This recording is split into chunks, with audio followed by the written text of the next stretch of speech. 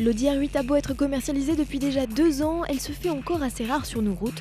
De fait, chacune de ses sorties suscite toujours autant d'intérêt et de curiosité. Il faut dire aussi qu'Audi a particulièrement réussi sa première GT de place.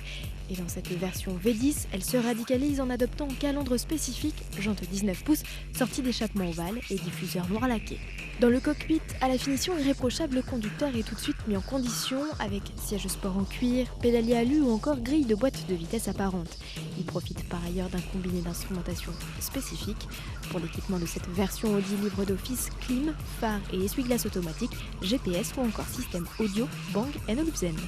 La belle est animée par un V10 de 525 chevaux, le même que la Lamborghini Gallardo. Dès la mise en route, le bloc émet une sonorité envoûtante que l'on retrouve passé les 4000 tours. La prise en main du bolide est très facile, on profite d'accélérations sensationnelles avec un 0 à 100 atteint en moins de 4 secondes et d'un freinage surpuissant, ici décuplé avec l'option frein céramique à 9800 €.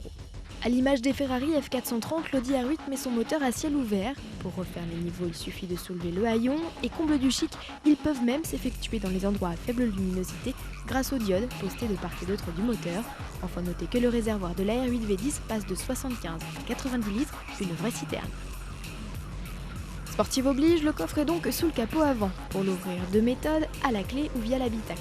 On découvre alors un espace de rangement étriqué, tout juste capable d'accueillir une petite valise, mais Audi a décliné une ligne de bagages spécifique, prix de départ de 1400 €.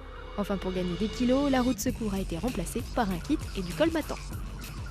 À voiture exceptionnelle, tarif élevé, vous vous en doutiez, le ticket d'entrée de la sportive dotée du V10 de 525 chevaux et de la transmission intégrale est fixé à 146 800 €, soit près de 35 000 € de plus que la version V8.